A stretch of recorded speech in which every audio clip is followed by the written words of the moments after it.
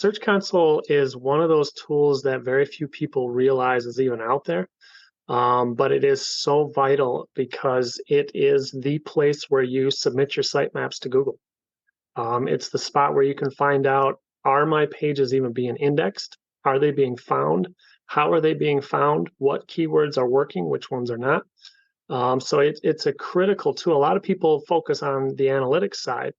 That's just telling you where your traffic's coming from and how to get more traffic. But the keywords and the root data for that is all held within Search Console. Welcome to Tried and True with a Dash of Woo, where we blend rock solid tips with a little bit of magic. I'm Renee Bowen, your host, life and business coach, and professional photographer at your service. We are all about getting creative, diving into your business, and playing with manifestation over here. So, are you ready to get inspired and have some fun? Let's dive in.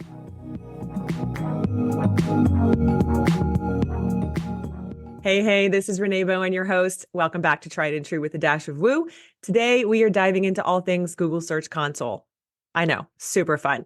But honestly, this is something we need to know about as creatives and photographers. And it's a question that comes up all the time in my coaching. And I'm not an SEO expert, nor do I want to be, but I know enough to kind of get you started.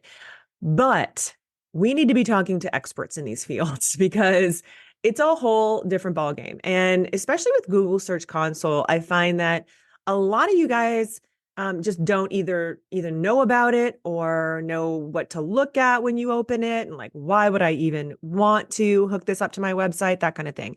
But it's actually a really, really awesome tool. And so today I have brought on someone I have used for my own SEO services. Like he's helped me a lot with just my own website. And I want to introduce you guys to him because he's a great resource for you. His name is Matt Dykstra. He and his wife, Lisa, run Avonly.com. And together, they help build a solid foundation for service-based businesses to be the professional businesses that you want to be, that you strive to be. They do brand and website design. They work a lot with the Show It website, but Matt is a tech specialist and a Show It expert. He also does know a lot about other platforms in terms of SEO. So he does have some services that you can reach out to him for. For instance, he helped me with my Google Analytics, my G4 switch over, and then we did a little SEO consult at the same time. And it was really super helpful for me. So today I am asking him some of your most asked questions. And I also had members of my membership Elevate hop on the call and ask some questions as well. So this is going to be really useful for you guys. You're going to probably want to take notes and listen a couple of times, but let's get right to it. Thanks for being here today. I am really excited to talk about Google Search Console. I know that's like really kind of geeky and nerdy, but like a lot of people don't really understand what it is or what even to do with it, right? And I know that in what you do, so you guys, just so you guys have a little bit of context, Matt, it's you and your wife, right, that run Avonly? Yes, it is. Yep. Yeah. So he is like an expert at the whole Show It thing too, as a side note. So let me just kind of like turn it over to you for a second and give us like a little pre-frame about who you are, what you do, and then we'll get into some questions. Sure. Yeah. I mean, my wife and I have been doing our brand and web design business for 12 years now. We came across Show It. Gosh, it's probably been 6 or 7 years now we've been designing with them. I've shifted more towards the technical side, so I'm dealing more back-end development. I handle a lot of situations where people have questions about Search Console, their analytics, their SEO, even as much as connecting their website. They can't figure out why a certain menu isn't working, things like that. So kind of a problem solver. In the Show It group, I like to say a Show It handyman. So I can pretty much handle any situation that anybody throws at me.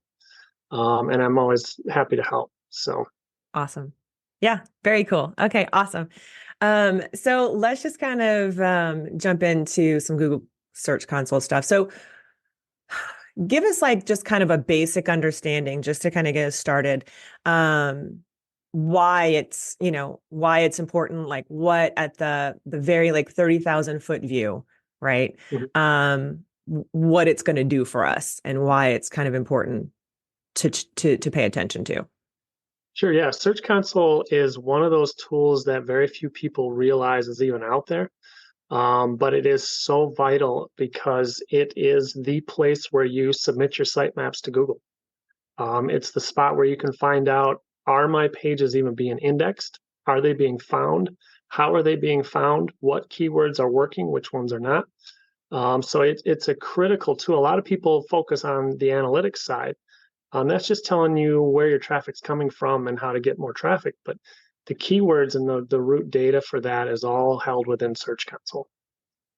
Yeah. And that's kind of like one of the main issues that I see is especially with keywords. And this question comes up a lot with my groups, especially it's like, how do I even know what keywords to use and all of that? So does Google Search Console help with all of that and how? A little bit. I mean, I like to say, and I ran into this just with a client just this week. There are tools out there like Ahrefs and SEMrush and things like that where you can pay a lot of Hmm. money to get a lot better data. Um, Search Console is for the basic person to understand what's going on.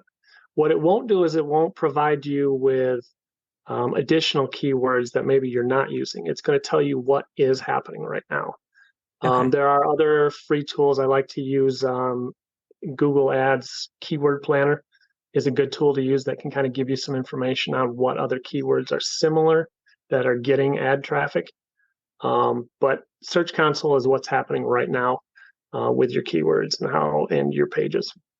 Okay. Yeah.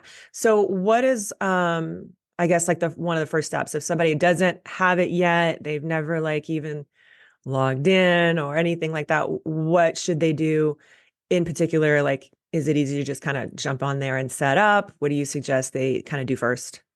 First step is getting it connected. Once you get logged in, you'll use whatever you want as your admin profile with Google. Usually, I try to tie it with analytics. Now, they don't necessarily speak to each other, but just for ease of use that same profile that you're using with analytics, so you got it in the same area. But it is a bit technical to get connected. It's not like analytics where you get a little code, stick it on your website. You do have to go into your domain host. You have to add a TXT record into your DNS, and that allows Google to verify that you own that domain, and then it will start collecting data on that. So there's a bit of a technical step to get that situated. If you're comfortable with that, by all means, it's not hard to do. If you're not, there's people like me out there that can set that up and get it going for you. Yeah, that's very cool. Yeah. And I know that, Matt had helped me with my G4, getting that all hooked up.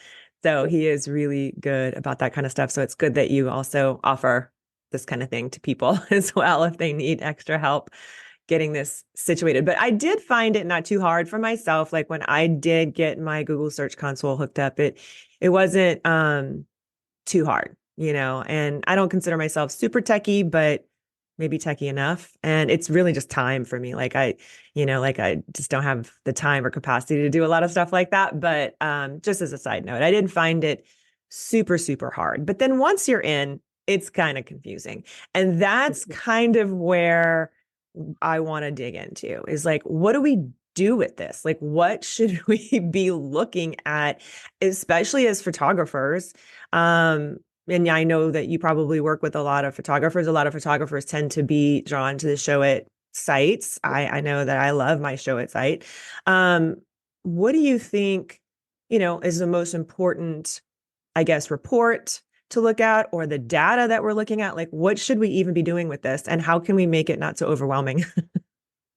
Yeah, I mean, there's a lot of different options on the left-hand side that whenever I'm doing an SEO call with somebody and kind of diving into this stuff, I don't touch on about half of the stuff just because they are next level advanced stuff that the general person isn't going to dive that deep into.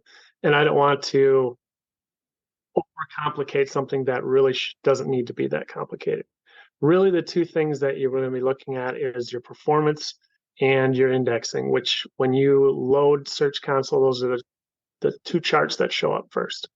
Hmm. And starting out, you want to make sure, obviously, your sitemap gets submitted. And any time that you update your site or change pages specifically, URLs change or anything like that, resubmit your sitemap so Google puts it into their priority to crawl your site again.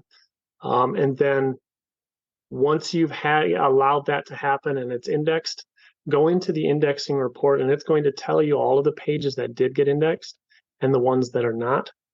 I do get a lot of people that kind of get into a freak out mode. They say, well, I've got 150 pages that aren't indexed. Something's wrong. Like, no, hang on. Let's look into it. It'll give you reasons why they're not indexed. And most of them are perfectly normal. You can ignore them. The things like your tags pages, like WordPress will create a page for every single tag you have. Most people don't want those indexed. But Google's going to find them and it's going to tell you, hey, there's something not indexed here. So it's things like that. You just have to go through the report and see if there's any pages you do want indexed that are not being indexed, and then you can go from there to try to get them indexed. But that's the first step: is make sure your pages are indexed. Once you've done that, then you can start looking at the performance data and starting to see the list of keywords that you are getting impressions and clicks, and it'll even show you your average ranking for each different keyword. So you can take a look at those and adjust accordingly. Okay, yeah. So that would be the most important. I totally get like I'm glad that it can be so overwhelming just to kind of, especially with those non-indexed pages. I know that when I switched over to Show It, um and like everything kind of like went over there, and I was looking at Google Search Console and I was like, oh my God, like there's so many things that are not indexed. But again, like one of the things that I run up against, and I've heard from a lot of photographers, especially those of us who have had sites and blogs for a long time, like have had a WordPress blog since like 2008. So there's a lot of those blog posts, right, that I don't necessarily even want out there, but is it going to hurt me if I delete those? Like that's kind of one of the main things that I do hear from a lot of people. And do you have like any sort of guidance with that in particular? Like if it's like really old pages, and is it going to hurt our ranking, that kind of stuff? The answer is it could. That's where you want to start diving into the analytics side of things. You want to find out how much traffic is actually coming from one of those old posts. If you're Mm, getting a decent amount of traffic, keep it. Anything that provides that traffic is going to help your SEO. If it's not, and it's just something old that you want to get rid of and let go of, then go ahead and do that. But the more content you have, and more importantly, is fresh content for Google. So if it's something old that is getting a little bit of traffic, but you really want to move on from that, then make that move and keep up bringing that fresh content, because that's more important is being relevant than having hundreds of posts from years ago that maybe aren't actually converting or helping drive your business forward. yeah, that makes sense. Also, though, like, what about if we update a post, right? Like, so if I go into like an old blog post and I'm like, oh, I can actually, this is a great topic and I am getting a decent amount of traffic, maybe from Pinterest or whatever. What if I update it? Will that help or hurt Could necessarily? be either one. It Yeah. depends on what you do to the post. And if you are, anytime you're tinkering with the keywords that are in there, it will have an impact one way or the other. If your URL is the same, it's going to impact however that's ranking. Um, so Right. yeah, So so there's really not a way to predict that. It just kind of depends on what you do to it, yeah. specifically, right? I mean, you can predict it in a little bit. I mean, if you're going in there specifically to help the ranking for that particular post, then that's going to help. That's something also that a lot of people don't keep in mind, is that every post is a new chance to rank as well. Every page, it's not your whole site as a whole that Google sees. They see every individual page. So you can go into that blog post and say, all right, well, this isn't ranking, but this is information that I feel could really help sell my package. So I want to work on this. And you can update that SEO, put more keywords in there, maybe a different location, kind of play with it a little bit to see how it impacts it. So yeah, I mean, there's a lot you can do with every single thing in your site. Yeah. Okay. What about this latest Google update? I have a friend of mine who is a blogger and like she makes money from her blog. So, she's been doing this for a long time and she probably makes about $25,000 a month just on ad revenue just from her blog. And she said this latest update tanked her impressions, like tanked. And so I'm wondering what you're seeing with your clients and if you have any sort of like tips and tricks for us as they start to like navigate this, because didn't they update this because of AI, or am I wrong about that? Google is such a beast that you really can't tell. I do know that there is, when is that kicking in? I know that they are getting rid of cookies. Oh, okay. And that is going to be a massive impact on ad revenue for thousands and thousands of people. Interesting. So that's one that's coming. That's there. Chrome is the only browser that still uses cookies. Oh, And yeah, and Google is the only company that's generating ad revenue from that information. So they are okay. getting rid of it. I want to say it's coming up soon. I can't recall the date offhand, but that's something to be aware of for people that are generating a lot of ad revenue. The whole ad ecosystem within Chrome is going to change. Okay. Interesting. Yeah, I know that most of us don't really have that going on. I just didn't know if, that because they're kind of always updating it. Like you said, like they're a yeah. beast and it's hard to know what's coming. But I just didn't know if you had heard any, other murmurings or anything like that about it.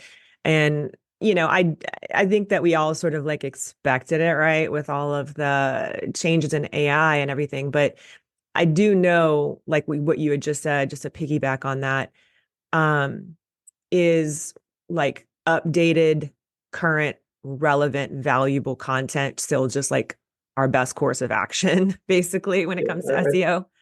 I think that's always going to be just, I mean, sticking to the basics of SEO, getting good keywords, getting out there. I know they are and maybe that's the update she's talking about is the location Mm, aspect of SEO is going away. That's where, the system can understand where you're coming from and will automatically apply a location. So you don't necessarily have to put as much effort into, Chicago wedding photographer. It can just be wedding photography or in the specific niche that you are in. Um, Still wanting to keeping in mind the user experience and making sure that you are still keying in on Chicago and making sure people know that they're in the right spot for the photographer they want. But the SEO is shifting a bit away from that and not necessarily needing that in the keywords as much anymore. oh, that's interesting. Yeah, Yeah, that's definitely like a big sort of shift, right? Because we're kind of always, we've been told that for so long to having yeah, like, Los Angeles senior photographer or whatever. yeah. But For the they're meantime, just, I would yeah. still keep that in there and keep Okay. going with it until they've phased it out entirely. But I think it's more important now for the user experience than it is for SEO. Okay. Yeah. Um, I'm seeing a comment coming in from Gretchen in the chat, and she wants to see if you can define indexed.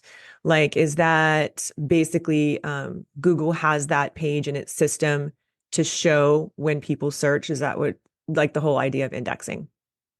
Yeah, so Google will identify every page on your site. They'll know it exists. Um, if it's indexed, that means that it is available to be searched. So they cache it, they stick it away, they say, okay, people can find this. If you are not indexed, nobody's going to be able to find that page.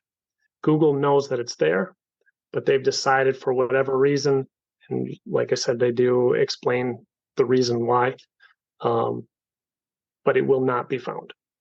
So Okay. it's vital if it's a page you want indexed and it's not in there, you want to resolve that as quick as you can. Sometimes Google's kind of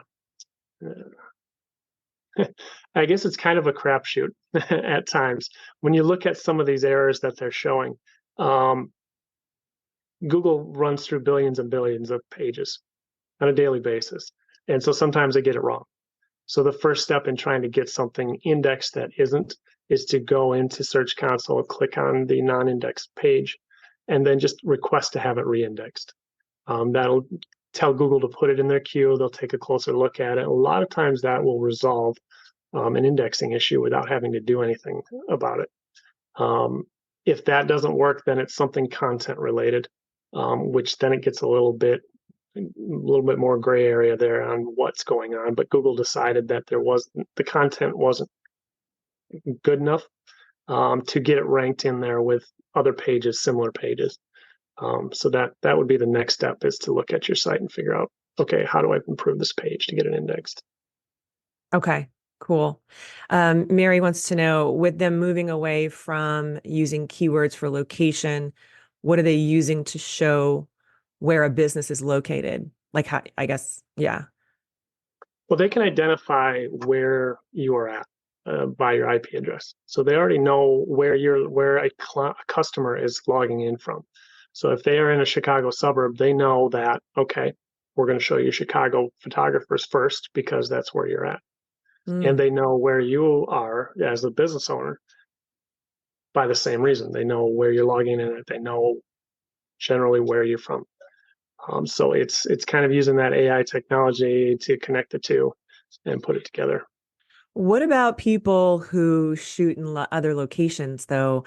Like if they have multiple locations, I know, Mary, for instance, you work in like two specific states, but like some of us even, like for instance, I have a lot of clients who come and find me, right, from all over the United States because they're coming out to LA and they want their senior pictures done at the beach, let's say. Mhm. So, how does that work for that situation? Do you still recommend that we do use the locations in that, or will it hurt Yeah, us if we do? You know, that kind of that's a thing. good point. Any kind of destination photographer definitely wants Hmm. to continue to key in on locations. It, it it's going away for those that are local, that are looking for photographers in their area.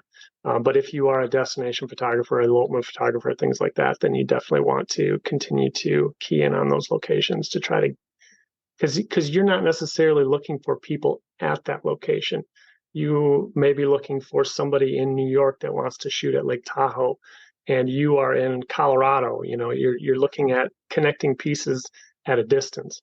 And so it's very important that somebody that looks for a Lake Tahoe elopement photographer can find you, even though they aren't anywhere close to that, and neither are you. So that would be an instance where location is still important, Yeah. and it would still help. So like in that respect, maybe like with relation to blogs, maybe creating content that is still specific to like, my favorite Los Angeles beach photo shoots or something like that, where it kind of showcases, valuable information for people, but um is still location based in that respect, but anybody could find it. Does that make sense? Yeah, definitely, definitely. Okay. Yeah, that's really interesting. Yeah, I had no idea that they were doing that. So I do think that that is going to be, I wanted to make sure because there's a lot of photographers who shoot in many different locations, like you Oh said, yeah, like wedding destinations and that kind of stuff. So I feel like, I mean, I really feel like blogging is um important. And that's probably one of the reasons why is because you can create specific, like you said, like each page, each post is a new opportunity to be found, yeah, technically. yeah. Yeah. And it's that relevance piece. I have a particular Chicago luxury wedding photographer who was doing fantastic, was booked up 18 months in advance, and he got his new website launched and everything, and he came back about 9 months later, and he said, "My business is like, I'm not even booked out 3 months." And we looked at him like, you haven't blogged in 2 years. Like, you are consistently blogging, and then once you launched, you stopped blogging. So the relevance, like all the SEO work we did, can only get so far if your relevance isn't up there. you're going to lose ranking and you're going to lose business. So especially for photographers, when you do have so much fresh content coming at you, it's very important to be blogging that. It's critical to keep yourself up there because photography is such a low cost of entry type business that you can really get drowned out with the number of photographers in an area, especially a big market like a Chicago or LA. You really need to be blogging and keeping that relevance up in order to stay on top of the market. Okay, well, I hope everybody who is listening to this really hears that because Yes. I've kind of been screaming that for a while. Like, I mean, I know we talk a lot about social media and SEO with social media, but like it starts with your blog. And that's like what my little mini course teaches. It's like you start with a blog and then you break that up into smaller pieces because blogging is still 100% effective. And so many photographers that I know do not blog, or if they do, they don't blog enough. I just noticed, and I'm super guilty of this too. Like, I'm throwing myself under the bus here too. We get busy, right? And so it's really hard to do that. I know that one of the services you guys do you guys offer copywriting and blogging for people too? We do to a certain extent, yeah. Okay. So like just in general, if you can't do it yourself, like there are resources to help you get that done is basically what I'm trying to Yeah. get at because it is really important that we do it. And just, I mean, like I noticed when I started my podcast. So I started the podcast last year, and before that, it had right after I switched to the show it platform and my new site and everything. And it had been a minute since I blogged because I was kind of like over my site and I wasn't excited about it and I was busy and I didn't blog. And then so I started blogging my podcast episodes. And I Yeah. noticed just a huge, I mean, like huge jump in impressions just from blogging a weekly podcast for like 6 weeks. I was like, whoa. So, really, really important. Mary has a question she says, does updating old blogs count as a new piece of content to Google? That's a very good question. I would say not as important as new pages and new content. Google does when they crawl a page, they look at the entire set of content in there. So it will notice updates, but it will not have as significant of an impact as fresh content. So in that respect, maybe just redoing the post, right? Like, so just taking the old content, making it better, more relevant, and just doing a new post is probably the best thing. Yeah, as long as it's completely rewritten and it's got different photos in it, it can be on the same topic. But if you've got some more to add to it or things like that, that'll freshen it up and then it'll have more of an impact than just going back and changing a couple paragraphs. Okay. And then Jessica says, and using different keywords too. Um, as I mean, you're going to be using different keywords within the entire post. So if you're just updating the keywords in the post, that will change it'll change where you're ranking for sure. And again, it's not like it's going to boost I don't think it'll boost your entire site as much as it'll affect that one page. Um, Yeah, she said, well, I mean, would that compete with the blog post on your own site? yeah, see, that's the interesting thing when people talk about pages or posts competing with each other. Yes, in a way they compete, but that's a good thing. When you're trying to get ranked on the first page of Google, having two pages there is better than one. So it's not one page is not going to act in the detriment of another one and knock it down. They'll both rank as well as they can rank. And if you've got two on on the first page, that's fantastic. The more you can be on that first page, the better. So it's not really a compete as maybe an assist Okay. in the Yeah. grand scheme of things when somebody sees you. So I know that Google Search Console also can help you, like it'll help you identify like if you have duplicate content issues, right? It'll show you if you have duplicates of things. Yeah, it does, and that's in the indexing report where it'll give you. I'm trying to see if I can get the actual terms here. It'll have a like an alternate page with the canonical index. So basically what it's saying is a lot of times you'll see this with your domain slash home. It'll show up in that report, and a lot of people will say, well, my homepage isn't right. No, not really. What it's saying is that it sees this slash home, and it also sees your just URL in itself, and they are copies of each other. And so Mm, it's saying the dash home is not the proper tag for this. Your actual domain, root domain, is the one that should override it. And so it'll ignore the duplicated page. Um, okay. You don't have to get rid of any of those things or like, no, no. and you can't really. Okay. There's nothing you can do to get rid of that one. It's okay. It's just in there as in the report to take a look at, because sometimes another page will get caught up in there and say, well, why is that happening? Well, for some reason, Google's identified that there's two pages that are similar enough that they're duplicates, and that could be a problem. So, for instance, one reason this may happen is if I have a pest control company that has different locations. And if you're using the same kind of copy on different locations, then Google can identify them as duplicates and ignore one of them. So that's why it's Mm, important. If you are doing, even photographers, destinations, if you're using the same copy on two pages, Google's going to ignore one of them, and you're not going to be able to decide which one it ignores. So it's very important to have different copy on different pages or different posts so that you don't lose one of them. oh, okay. So that's really interesting. It's like completely opposite than what you do on social media too, which is like regurgitate the same messaging over and over again. Yes, but even on You know what I social media, mean? you want to try to rewrite that a little bit too. Yeah. But yeah, Yeah. Yeah. But like, you know what I mean? Like, a lot of yeah, people will say that you can just repost some of the same cycle. stuff and it, it'll the algorithm tends to sort of like the sameness, but like with Google, that's not necessarily the case. Like they Yeah, really for want indexing, it's not at unique. all. Yeah.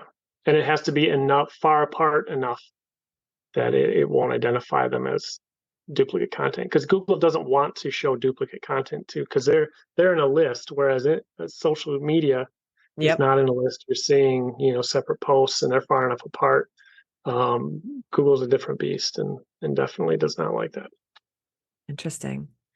Hmm. What are some of the most common, I guess, SEO mistakes you see photographers making? Oh, the most common mistakes. I would say not blogging is the biggest, Okay. without a doubt. That has the biggest impact on photographer success. Um, the other is, I mean, a lot of the things that we've talked about with, duplicate content, or um, not refreshing, when you do get some beautiful new pictures in and getting those in there. A lot of times I also see, one of the things that I don't see is optimizing your photos properly for a website for SEO, Yeah. making Let's talk sure that about you've that got, because yeah. I have had people ask me about that, and I'm not an SEO expert, but I know that we have to be doing that. Oh yeah. Yeah. And for photographers, you think, well, I want it the best resolution. I want them to be crisp and clear and to show up on the site. I need big photos. When really, especially for show it, I like to say 2,500 to 3,000 pixels on the long side. Make sure they're 72 DPI. Make sure you run it, even though show it says they have a compression tool built in. I still like to compress it using, a blog stomp or a tiny JPEG, something like that. Um, and then lastly, before you submit them, rename them, and rename them using keywords that you want for the page that you are putting them on. So if it's your home page and you're talking Chicago wedding photographer, make sure you label it for that. If you are going on a newborn photography page, label it for that. And switch up those things. So it'll be wedding photographer in Chicago, Chicago wedding photographer, Chicago wedding photography. Change them up. Don't use the same ones and just put a 1, 2, or 3 on the back of it. You can do that if you've got 20 or 30 photos. I mean, you're going to run out of Right. combinations, but try to use different combinations of those keywords in those photos. And then when you can, once you've submitted them, because, well, no, a lot of photographers if you're using Lightroom and stuff, you can add a description to it as well. Yeah. That's important as well. It's not as important as everything else, but Google does see that.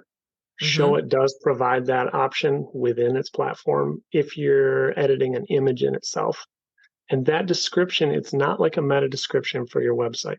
This is for the visually impaired. You want to describe what's in that photo, and it does not have to include keywords.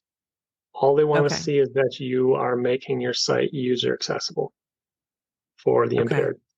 So that's the important part with that alt text or the description on a photo. So those are all the things with the photos that we always do for our clients before we even upload them, to make sure that they are optimized for speed and for SEO. Yeah. Yeah. I know within Show It, yes, they have the alt text and then description, but even on the blog too, like so on the WordPress side, I know that there's when I upload images, I can do the alt text. And I think a lot of people don't realize that, yeah, it's supposed to be describing the actual image, like Yeah, what is in that image for the alt text. But the description, you can, I was told too a long time ago that you can put some keywords in the description part of it in the WordPress blog. Do you know what I'm talking about? Will that hurt you or is that I don't not think it'll hurt you necessary? now.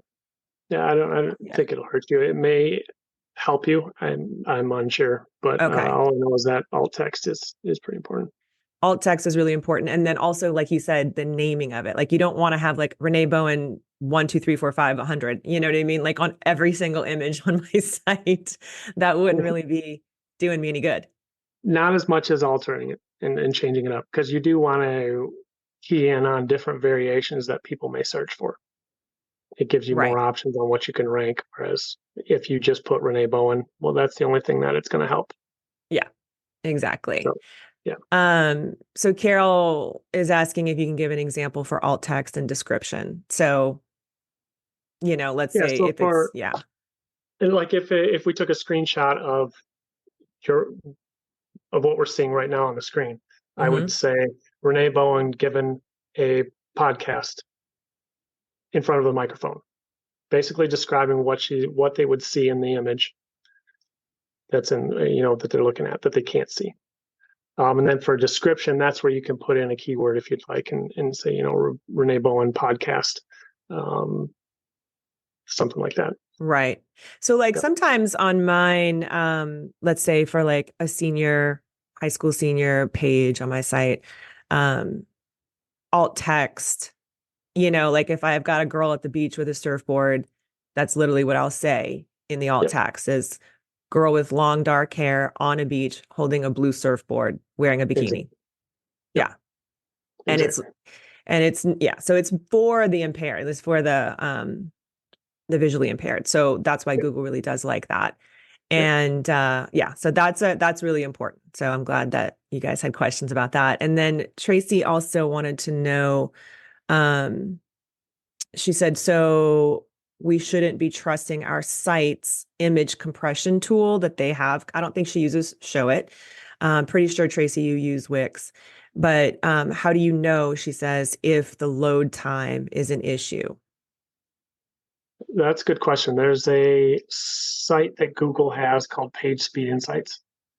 It's a great tool to see what is slowing down your site, and how to fix it. It gives you very detailed descriptions of specifically what photos, what you can do if there's code that's slowing things down. It's a fantastic tool to use in this. One thing caveat to that is, a lot of times, and we work with a lot of photographers, so we get a lot of them saying, "Well, my site is slow. This is what this page speed score is." And I tell them, okay, well, you're not, as a photographer, you have a visually rich website. There's lots of photos. They're going to take longer to load.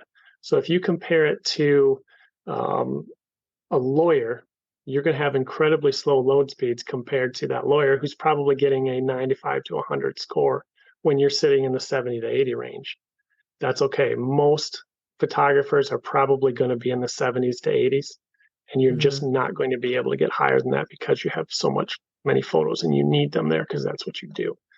So it's getting an idea of where are my competitors ranking, and I want to be on the higher end of my competitors, not Google wide. And so I don't know that we've had a photographer that's gotten in the 90s. That's okay. It just all depends on what content is on their site and seeing that. One thing that Show It, and I know they are working on it, is they don't allow for new photo formats. The WebP format that's come out, that's a lot faster loading. Show It isn't capable of using those yet. So that will always show up as the first reason why your site's slow. You need next gen image formats. So that's okay. You're just going to have to ignore it if you're on Show It for now. The other ones will be, you've got a certain JavaScript code that's slowing it down. If that's your lead capture form, okay, well, that's acceptable. The times when if it's telling you that your file size is too large for a photo, well, that might be a photo you might want to take a look at and run it through a compression or look at the dimensions. So it'll give you a lot of tools that you can use to raise that speed score. And all of that plays into SEO. So if you do have a 40 or 50, you definitely want to dig into it and see what it offers for resolutions on that. Yeah, that's a good point. And I see a lot of websites because I coach a lot of photographers, and when we're looking at their branding and their messaging and their websites, a lot of them, well, first of all, I see a lot of outdated sites, like a lot of outdated sites. Just like things not really where they're supposed to be, and the load time just really, really bad, especially on mobile.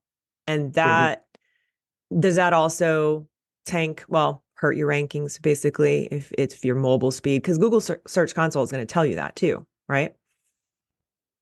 Google Search Not the Console speed. won't differentiate between mobile and desktop. Okay. The page speed insights will. It'll give you a score Okay. for your mobile and your desktop, so you can dive into either one and make changes. Got it. And then Tracy had a question too about keywords. She was asking, how do you separate the keywords?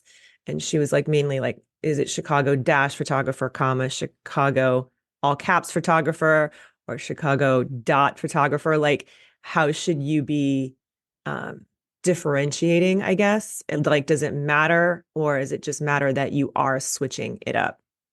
Yeah, I mean, I think the best way to separate them when you are putting them into your titles and descriptions is to either have a dash like Chicago dash photographer, or just Chicago space photographer is the best.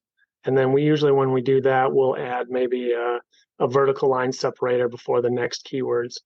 So Chicago space photographer, space vertical separator, space Chicago wedding photographer, things like that. Unless we want to have the keywords roll. That starts to get into Yeah. more towards keyword stuffing, and that's not necessarily looked at. Really, the other thing you have to think about when you're writing a title or a description is that is the only little bit of information that somebody sees in the search results. So that is not only where your keywords have to go, but that's all you have to sell them to click on your site. So you want it to read clearly. You want them to understand what they're getting if they click on that link. So it's kind of a balance between getting the right keywords and actually selling your site in that tiny little 120 characters, whatever it is that shows up. So it's a balance there. Yeah, that's true. Yeah. Is there a word minimum for blogs to be effective is another question that's coming in. I, I don't know that there's a hard and fast rule for it. We try to hit 500 to 600 when we're writing. But I have seen, I mean, as long as it's well written and you have good photos, good keyword usage. I don't know. I would say if you can shoot for 500 to 600, you're going to be in a good ballpark there. Minimum, I would say get at least 200 to 300 words. So there's enough actionable content on there for Google to see. But you also don't want to be on the 2,000 to 3,000 word line where people's attention span is not going to go that far. And Google, really, they want to see your keywords 4 to 5 times within the post. So Okay. make sure that you got them worked in there. That's more the key than words. Make sure you're using those keywords within your content and get that optimal sweet spot where you've got the attention span and Google likes it. Yeah, exactly. Yeah. So much. to think about. As always, yeah, moving pieces are enormous. Yes, absolutely. I could, obviously go down the rabbit hole with this, but this has been super helpful. I want to open it up to you guys. If you guys have any more questions in the chat, either pop it in the chat or just say, I have a question in the chat. And so I can make sure we address that before we wrap up in just a minute. I feel like a lot of photographers, a lot of creatives, we just get so overwhelmed, like when we look at even just analytics and the Google search console and we just sort of shut down when it comes to that. But hopefully you guys can take away from this that, kind of try and keep it as simple as possible. Um, you gave us a lot of really good tips about like what to look for specifically with Google Search Console and not to go like too crazy with it at the very beginning, at least. And that blogging at the end of the day is really, you know, a fantastic way to stay relevant in your market and Google, obviously. Oh, wait, Jessica has one more. What else should we look at if we're getting traffic and impressions? What's the best thing to look at for conversions? As an example, a large blog post that gets traffic from other areas in the United States. So it sounds to me like you're looking at how do I use my SEO to convert? Like what should we be looking at if, because Jessica actually, she blogs a lot and she's a really good writer. And she has a lot of really, I think, great blog posts because they're like brand adjacent, and so Mhm. she's really good about doing that kind of content. So I think she's asking if, she's getting good traffic and impressions, what's the best thing to look at for Convert. conversions? Yeah, I mean, conversion, I mean, you write a good blog post, it's got great content, getting good traffic. But by the end of that blog post, you also want to direct them somewhere. So it comes down to your content and being able to know how to, and then a little bit on your analytics, figure out where your users are coming from so that you know what to say at the end to be able to close the sale and to say, hey, okay, well, if you want to look further, provide a call to action at the bottom. This is the next step. And just continuously, and that should be site wide. Anytime we develop a site, we always think about how do I get person from where they land on the page to contacting me or to booking me. And we've got to keep that in mind through everything. And how do we close that at the end and say, boom, we need to close that deal and have that proper call to action. That's a really big one, the CTA. Yeah. For sure. And then Mary kind of has a follow-up to that. She says, can we use the same footer? This is good. The same footer and CTA at the end of each blog, or does that count as duplicate content? Google does understand that there's a header and footer, and within the code of your site, those are differentiated. It can see that this is a footer, and it expects that that's going to be the same on every page, every post. So don't worry about the footer. I would change up the call to action just to keep it different. I don't know that it necessarily will impact your SEO. It won't. Something that small will not cause it to be duplicate pages. Um, but I would change the call to action to be relevant to the post and change that wording up just slightly every time, even on every page. Yeah, I mean, every page and every button on a page should be a different call to action. It could be the same call to action on different pages, but Right. yeah, change that up. Okay. And then like how often should we be checking Google Search Console? Because like I get emails from them and sometimes it's like I'm like, I can't Right, look at this right now. right. There's a new problem. Yes. um, I mean, the whole concern is that if something gets not indexed and is no longer indexed, then there is some problem there that you want to identify. But it could be that you've just added a blog post or added a new tag, and now there's a new error because that tag page isn't ranking. A lot of times it's something as insignificant as that. So I would say if you even go in once a month and just check it out, just see if there's any new indexing problems and find out if you need to work on anything. But But yeah, you'll get emails about it all the time, and it'll be the end of the world type of emails. Yes. And I get a lot of clients saying, "Hey, I got this. What's going on?" I'm like, "Calm down. It's okay." Yeah. Yeah. It's not fun to Yeah. be like, what? Yeah. Why is this not working? Right. Yeah. Yeah. All right. Well, thank you so much.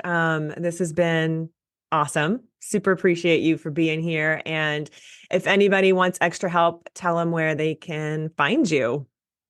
Yeah, we're actually relaunching our website here in the next day or two, avonlea.com. I do have right now the page is hidden, but a tech support page that offers all kinds of these things where, kind of like what Nice. you and I did, the SEO consultation, where we can walk through it personally with your own site and talk through different things that are going on and fix things and maybe giving you directions that maybe you haven't seen before. So we offer all of that. I mean, anything you can think of that is techie that is not. Um, Photographers have enough already with what they're doing with their business. The tech side is definitely outside of a lot of their comfort zones. And so that's where we offer that. And I'm even available for just questions. If somebody has a quick question, I'm always willing to answer it. So they can reach out either through our site or I'm always in the Facebook group. And so you Right. can The always Show It pop a group. question or even send me a DM and I'm happy to answer. Tracy does have a question. Do you only work with people who have Show It sites? Um, no, we develop only on Show It, Yeah. but I can offer SEO assistance and the different tech things across the spectrum. I've worked in Wix, Squarespace, WordPress, Profoto, all of those things. We're pretty good at figuring things out when things aren't working right. So yeah, Awesome. All right. Well, thanks again for being here. And thanks you're welcome. everybody for hopping on. This was hopefully it was helpful for you guys. It was helpful for me. I'm very Awesome. selfish. I'm like, oh, I need to learn more about this too. Thanks, guys. Have a good rest of your day. And thanks for being here, Matt. Thanks, no problem. Okay, I hope that was as helpful for you as it was for me. And I think that one of the biggest takeaways, probably the biggest takeaway from this episode that I want you to get is that you need to be blogging. And again, like I've been kind of talking to you guys about this for years. There's a lot of naysayers out there. I see in a lot of Facebook groups who are like, our clients don't read blogs, but that is not why you're blogging. You're not blogging necessarily for your clients to be reading your blog every day. It's SEO. And like Matt outlined for us in this episode, it's really, really impactful. So you definitely should be doing that. I go over all of that in my little mini course Repurpose. I'll link that below for you guys. It's only $37. And I'm going to be updating it this year because there's, Chat GPT now. And I created this little mini course right before it came out, but it's very useful still to this day. All my one-on-one clients say that it's worth way more than that. They get it as part of their educational vault when they sign up for one-on-one coaching with me. But it teaches you how to start with a long form piece of content, a blog, right? And then repurpose that into smaller pieces of content in unique and new ways so that it doesn't necessarily look like you are saying the same thing, but you're also not recreating the wheel. You know what I mean? So that's the biggest pain point I hear from you guys all the time is that you don't have time for all this marketing. You don't have time to be producing all of this content. But if you start with one post and you're organized about it, and even if that means just once a month you're blogging, and then from that blog, you are producing smaller pieces of content from it for your social media sites, then just start with that because it's better than nothing, right? Ideally, you want to be blogging once a week. But if you can't get there, maybe you can hire it out, right? There's a lot of people out there who are still doing this. And it's not just AI doing your copywriting. In fact, if you're just relying on Chat GPT to do your copywriting, please stop. Because side note, just as a quick little detour for us real quick, I see a lot of photography Instagrams, right? A lot of you guys on your Instagrams in particular using the most robotic language ever. And you can absolutely tell that you did not write that. Okay. A lot of y'all, I know you as people, and I read your captions and I'm like, that is not That is not how she sounds.